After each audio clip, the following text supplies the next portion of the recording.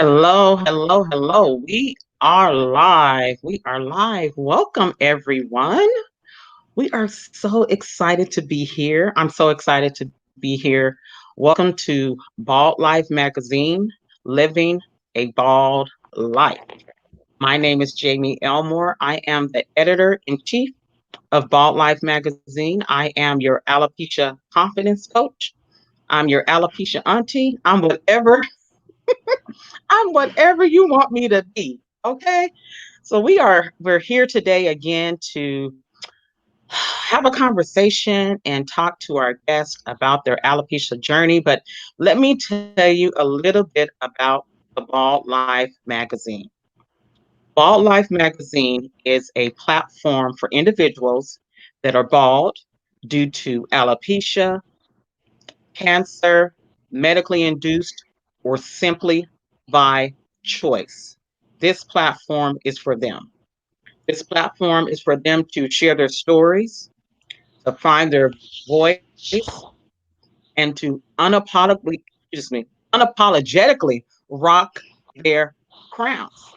This platform is for them to heal. I need to check and make sure that we are good. Oh, okay. Yes, we are. Okay, just have to make sure. Yes, there we are. Okay, sorry guys. Just have to make sure we're all good to go. But yes, this platform is for individuals that are bald. I think that we're changing the game. We're creating a safe space for people that are bald. They're losing their hair, dealing with hair loss, whatever the reason. This platform is for them.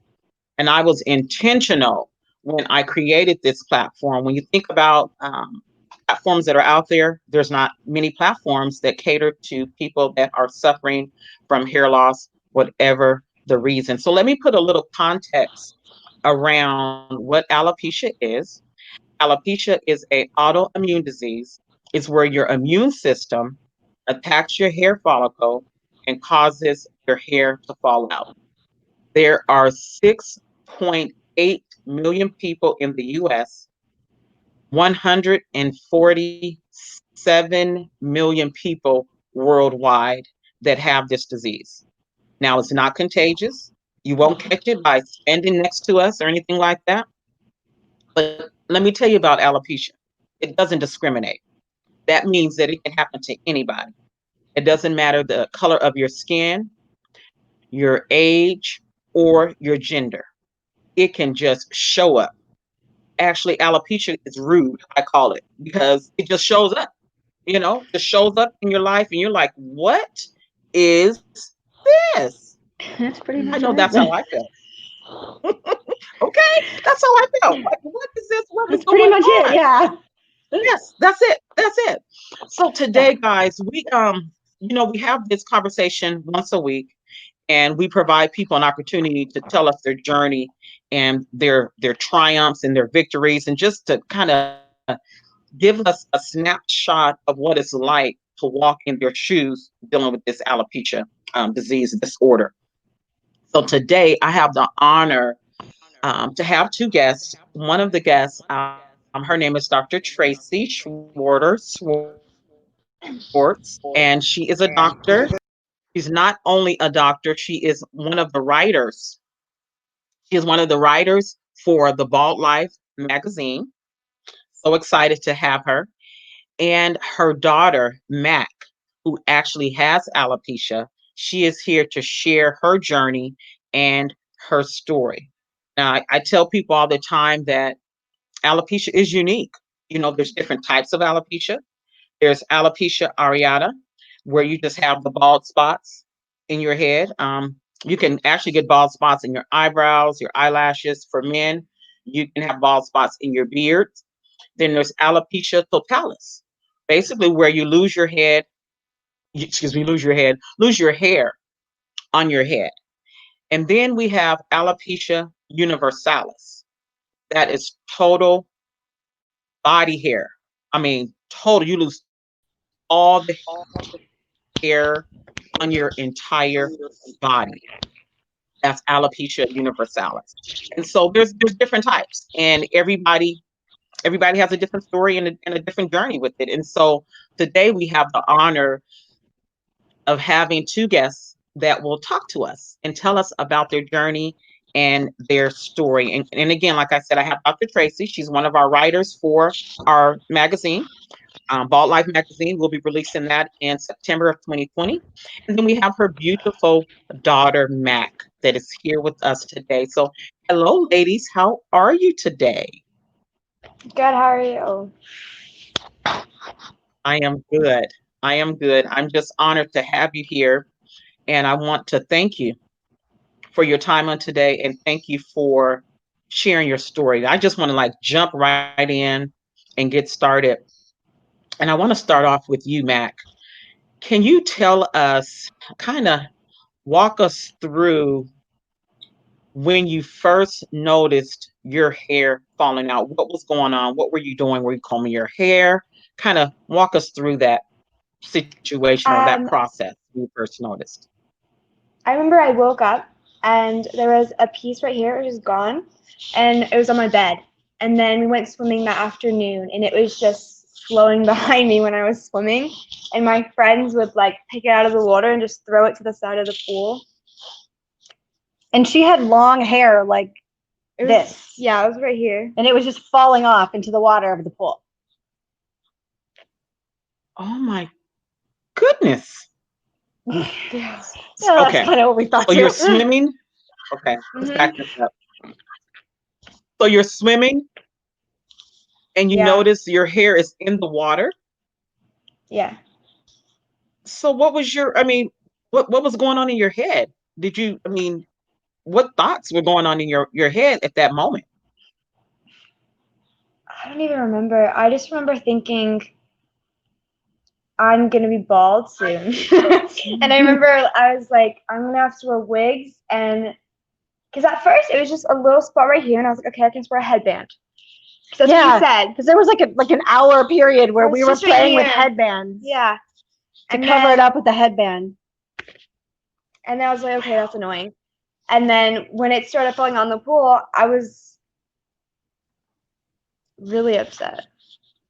Like I remember I went to the bathroom and I just cried. But my friends were really helpful. And Because we I had don't, two friends over yeah, that weekend. we had two girls over. We had two girls over that weekend the whole time this is happening. Mm-hmm. So Wow. her sister and two girls, and it started on Friday. Yeah. It Hmm. started And on a then Friday. they came over Saturday night and they slept over and we went to church in the morning, but the two girls didn't wake up. One of them left and the other one was upstairs in the game with my sister. And when we got back from church, she had a seizure, But we didn't know that. but we didn't know that was what happening. So one of my friends was just laying on the ground and I thought she was dead. And I remember we called the ambulance and I Oh went my. up to the street and I wasn't wearing a wig. And so I just remember the guy looking at me. No, first I remember the neighbor. The neighbor he said, thought, "Did you stick your head in the blender?" And I'm already crying because I think my friend is in Nobody. like, yeah. And I'm already crying because I think my friend's like dying. And then this neighbor is just like saying this to me, and I'm like, this is not what I need to be thinking about right now. And then I remember the paramedics were just like judging me so much, and that was like the last thing that I wanted to happen because I wanted the focus to be on my friend and her being okay. And I was just, I remember my mom looked at me and she's like, I think they think we're doing drugs upstairs. It was crazy. It was And not then, good. so they took her friend out of my house, and she thought she was gone. Yeah. And so Oh. then they took the friend to the hospital. Hmm. So we didn't really have a lot of time to process Yeah. like her hair loss, sort of, because we thought her friend was going to die, Yes. I think, Yeah. And then I remember we had gone wig shopping the that day before. Saturday. So I had a blonde wig and it looked similar to my hair, but still a little different.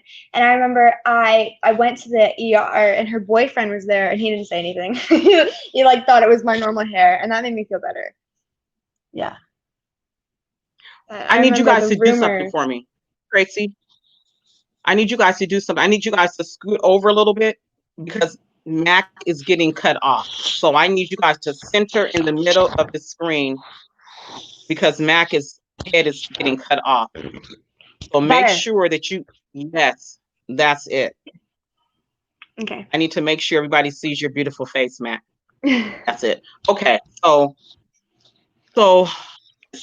this was trauma all in and of itself. Yeah.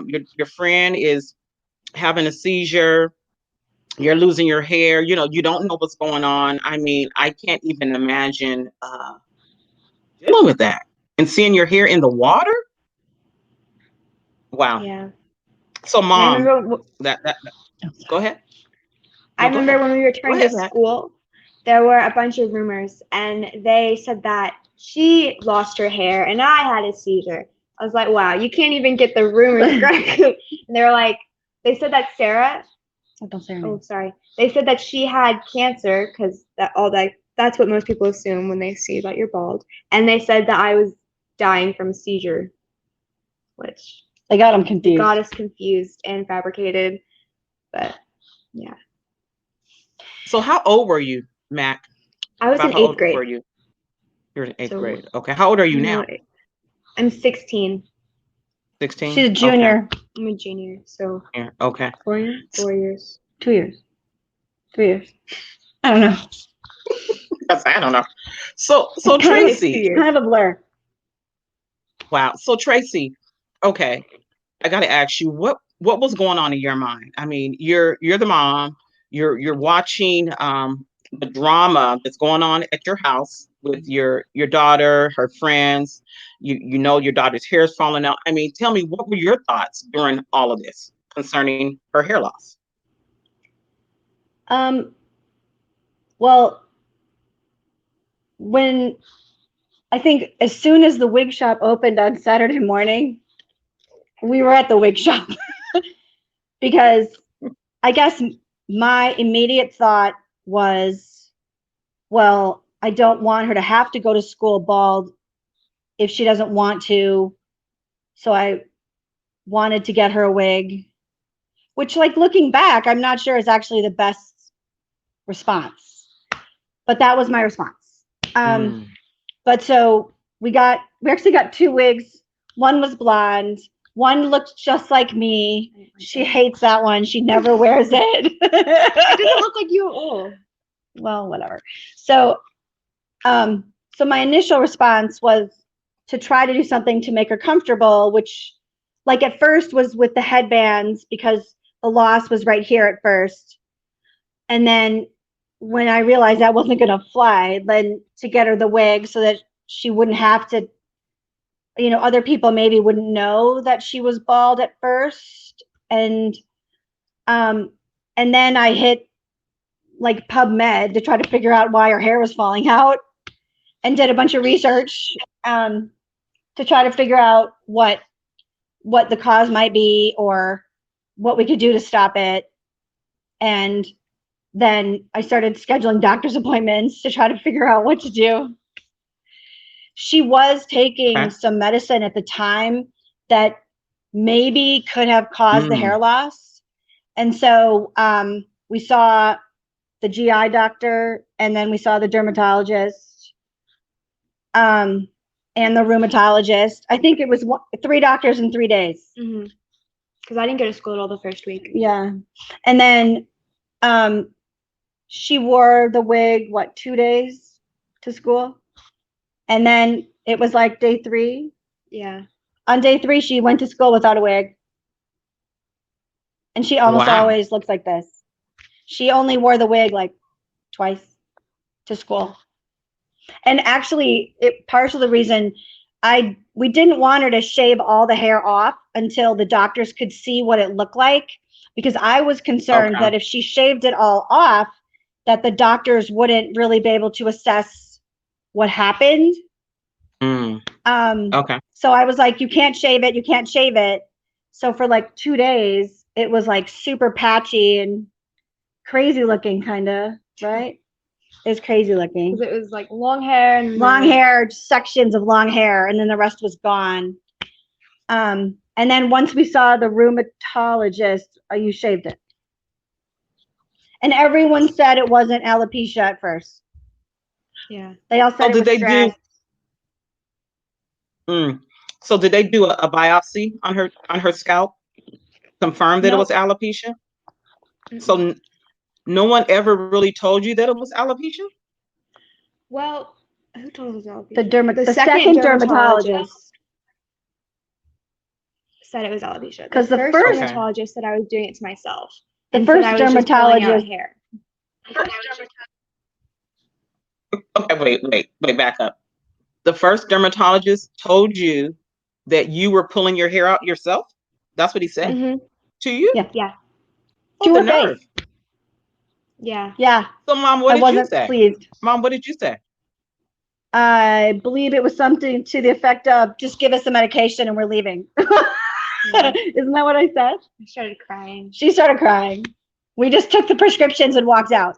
But honestly, we were so used to doctors not listening to us that we were kind of used to it. Yeah, that's true. I mean, I think for most people, alopecia is their main problem. It's maybe their only Okay. health problem, but that's not her case. So we're used to doctors kind of looking at us and being like, I have no idea what is wrong with you. Yeah. Or it's all in your head, there's Mm. nothing wrong with you. And so when all of her hair fell out, they just were like, you're just stressed. Go home and don't be stressed. Which is stupid. So, Yeah.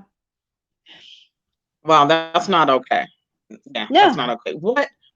What kind of medication did they give you for the hair falling out? I don't even know. Was it They a gave it a topical cream? steroid. Yeah, it was the cream. It was the cream steroid and for they her said head. that they would do the shots, but I didn't want to do that. Right. And then yeah, she said that like if it didn't come back that we could do shots, but I mean it was her whole head and she's like I don't want you to do shots on my whole head. Yeah. So she's never done the shots. That's good. Don't do them because I did them one time and it's very painful. Yeah, Yeah. extremely painful. The injections. Yeah. Wow. So it sounds like you guys have had an experience with this whole alopecia journey on top of everything else that you're dealing with concerning her health. Does that sound about Mhm. right? Mhm. Yeah. So Mac, okay, so you go to school, the kids, you come to school that third day, you're bald, you're rocking your crown, like here I am. Did the kids tease you? I mean, what was their response? Because the week before you had hair, and now you come back, no hair. Did you get any bullying or anything like that? I just got like a bunch of people who, I mean, I'm a twin and we were, I don't want to say popular, but everyone knew who we were. And I remember Okay. there were certain groups where I didn't necessarily want to hang out with, and there are people that I didn't really necessarily like that much. And I remember they would grab me in the hallway and take a photo with me and then post it all over Instagram. And it always said cancer or something along the lines of like supporting for cancer. And I would have to explain every day for like 2 years why I didn't have cancer. Mhm. Oh, Like, okay, wait a minute. So they were taking pictures of you and posting on Instagram saying cancer? Are you kidding mm-hmm. me? Mm. And it Oh, was, and they would like pray with me in the hallway, like pray on me. And I remember because like I've had health issues. And so even though alopecia wasn't what made me sick, it made me it made me look sick.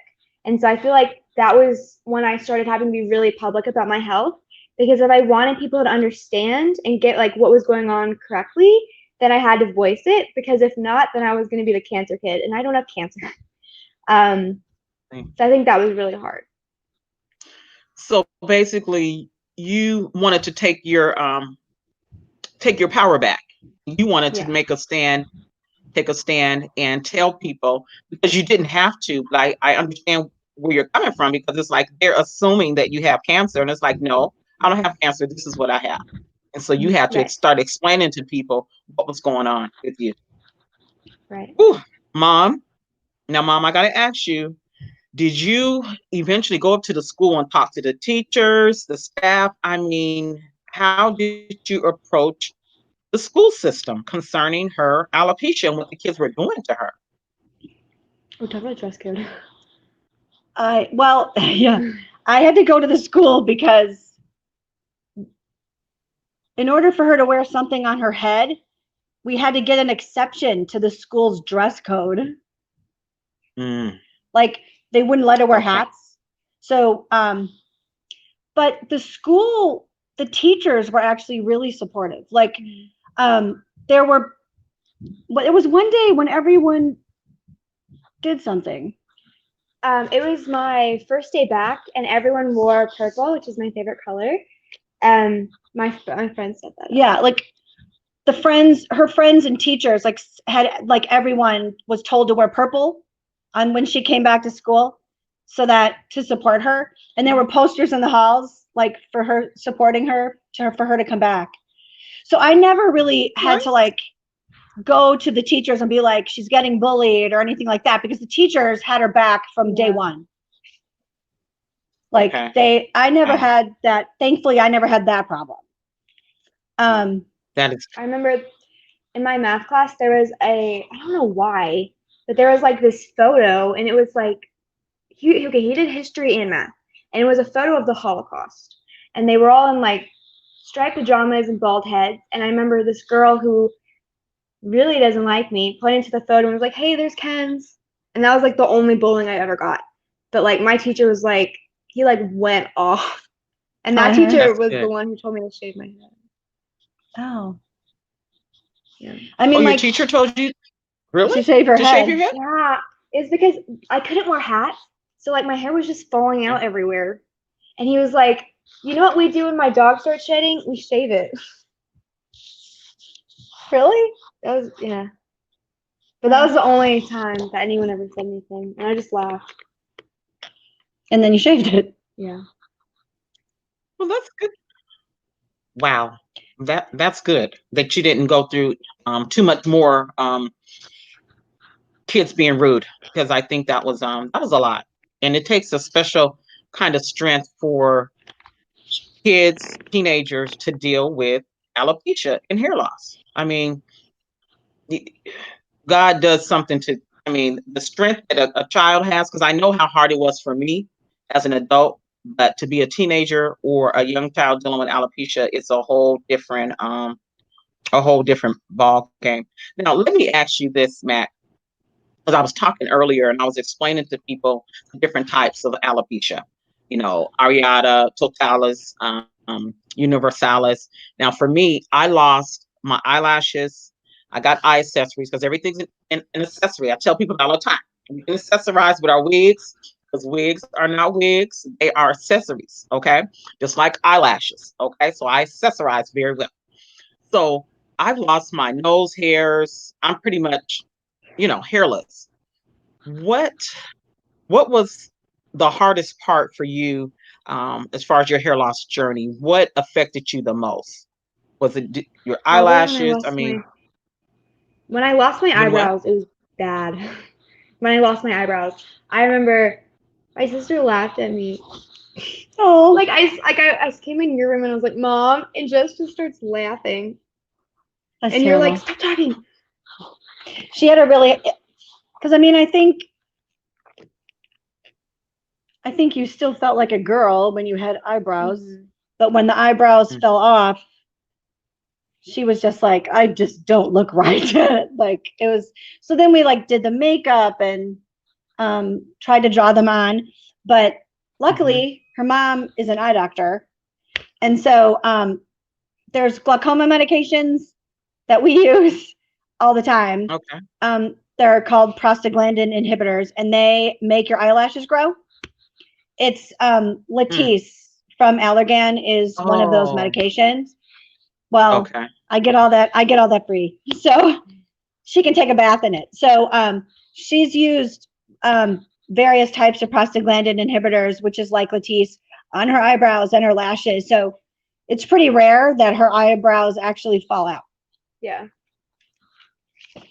Oh, the Wow. dog has come in.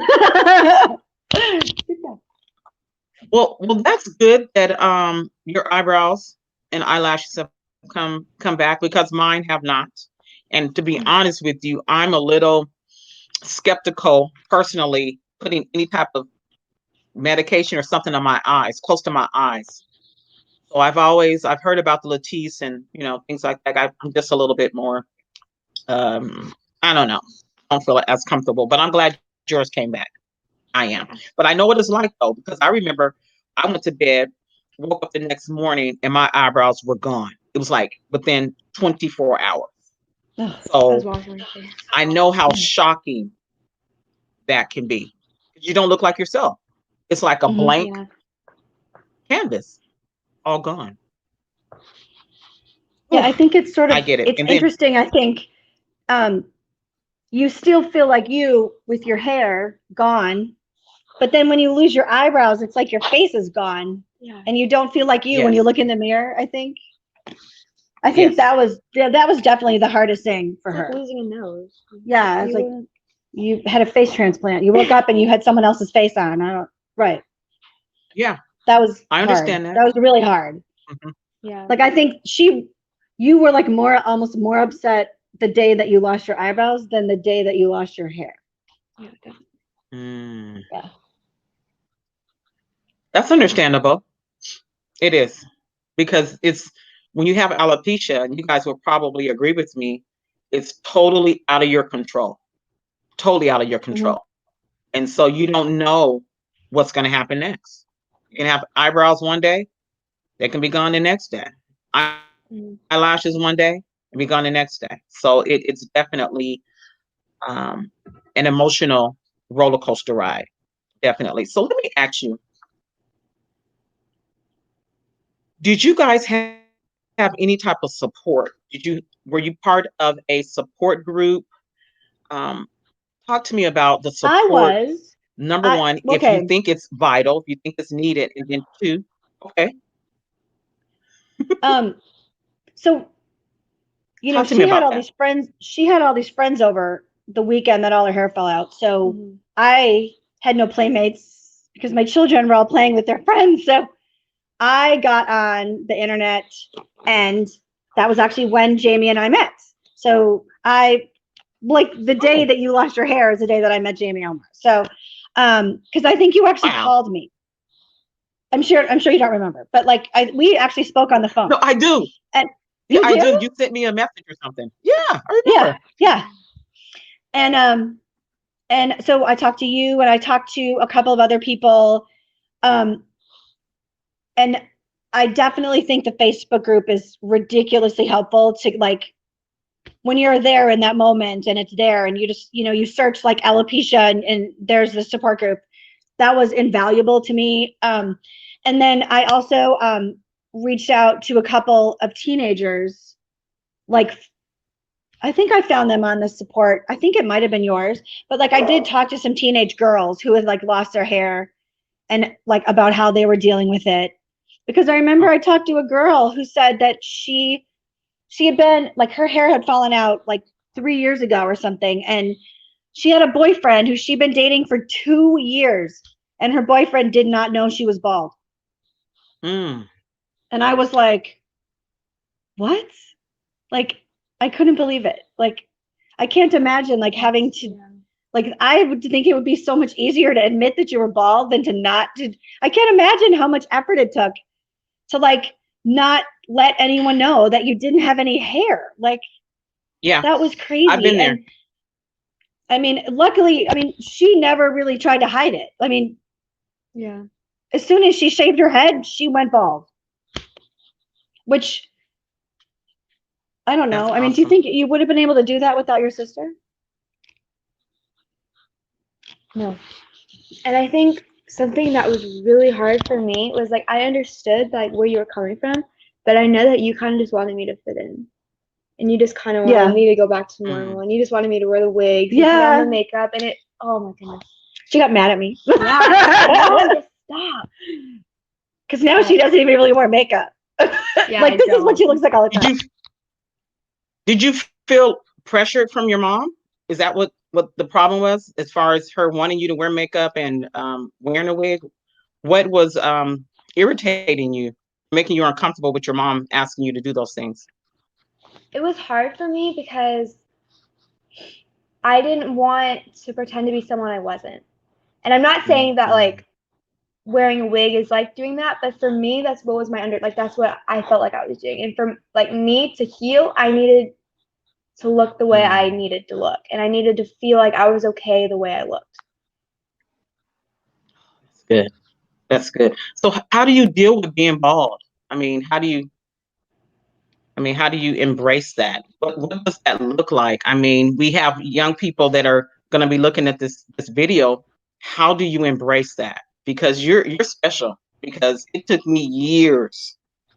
I mean, years before I came out as a bald woman. So tell me how to embrace that.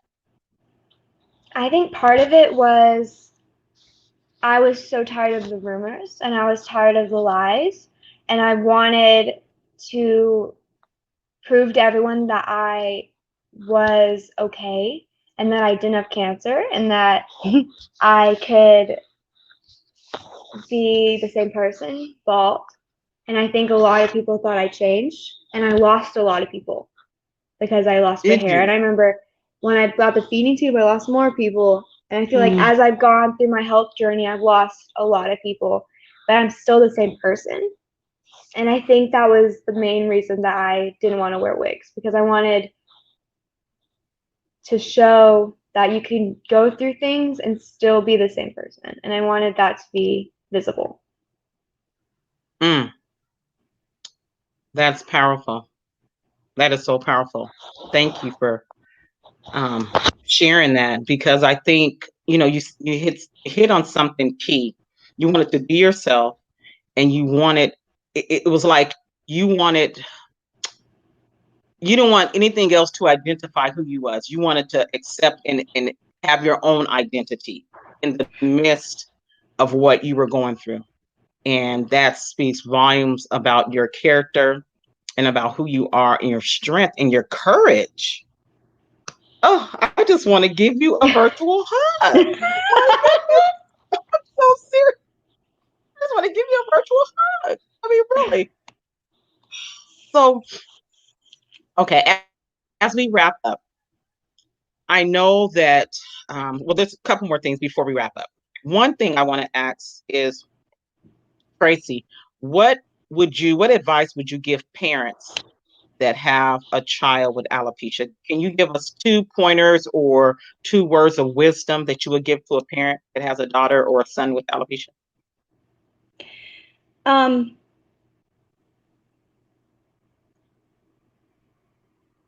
I think that from a parental standpoint, one of the things that I was focusing on was the why. But as we know, a lot of times with alopecia, there's no why. So sometimes I think parents can get a little wrapped up in the why. And as long as you go and you find out that your child or your sibling or your spouse is healthy, then you can move on pretty quick to just supporting them.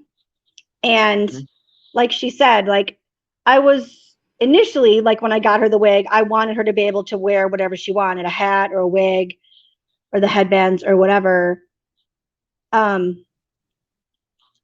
And I guess, I mean, like from what I've learned from her is like if your child or spouse or sibling doesn't want to wear a wig, then that's perfectly fine. And like they don't have to look like everybody else. And if they're comfortable going out without a wig, then celebrate that and don't make them wear a wig. Right? Yeah. That's good, Mom. See, she taught That's me really well. good. That's good. So, Mac, what words of advice would you give a young person that's dealing with alopecia? Just a Do couple what of. makes you happy, and what makes you comfortable. And it's going to take time because you are literally grieving something that you've lost. And it's something that not everyone has to deal with, but you do. And that can be really hard because for a lot of people, you don't know anyone else who doesn't have hair. And you feel so alone, but you're not alone. and you just need to take time and do it your own way, because what works for you didn't work for me, and what worked for me didn't work for you. You know what I mean? So you just got to find your Yes. own way. Mm.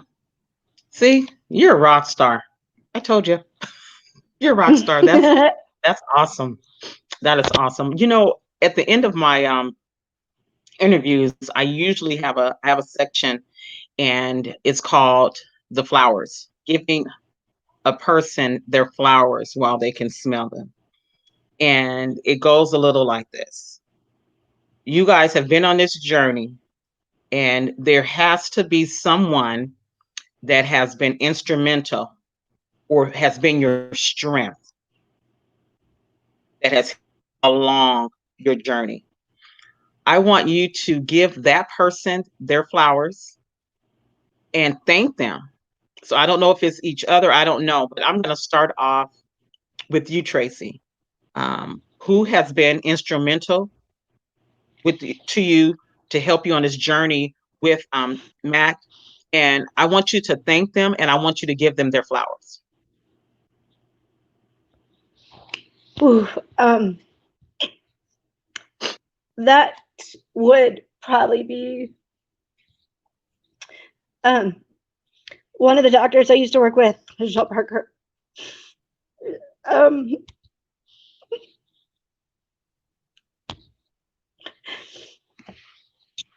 um,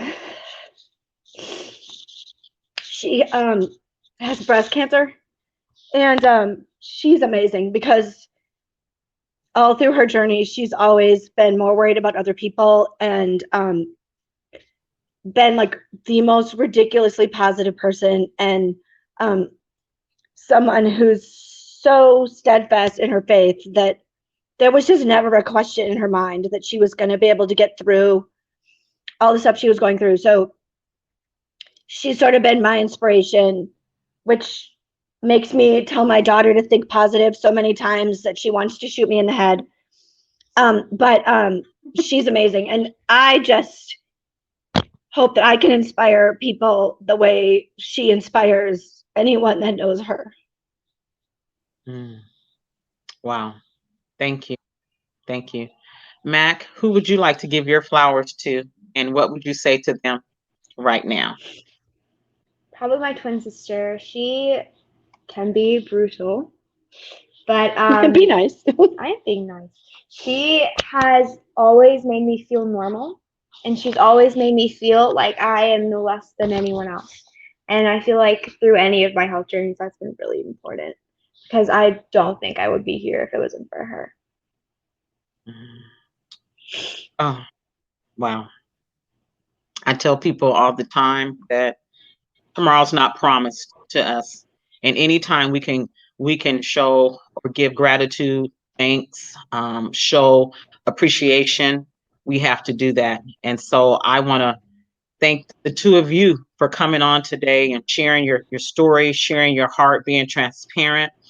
I appreciate it. I don't take it lightly. And I know, Mac, you are going to touch a lot of people's lives. I appreciate your strength. I just appreciate the heart that you have. It's just amazing, and I don't take it lightly. And Dr. Tracy, I thank you for being the mom that you are, for Mac, and for all that you do behind the scenes that nobody knows about. The late night tears and the questions of why, and all that. But you continue to be the mom and be the rock for your family. And so I thank you for that. And so I just want to thank everybody for tuning in today, for listening to us talk about alopecia and our journeys. And stay tuned. September 2020, we will be releasing our magazine, the Bald Life magazine. We're excited about that. We're changing the game concerning that. It is going to be fire. And it's just an opportunity for our babies to be able to look at a magazine and see somebody bald, to realize that they are beautiful with or without hair. So we are excited. So guys, please share this video. Leave a comment in the comment section. Tracy or Mac can come back and answer any questions that you guys have. And if you have a question for me, I'll be happy to answer. as well. So thank you guys for joining us. And you two stay right there. And I'm going to say goodbye to everybody else, but you two stay right there. And thank you guys. We will be back next week, next Friday, with some new guests, and we're just going to continue the conversation. Okay, you guys have a good day. Thank you.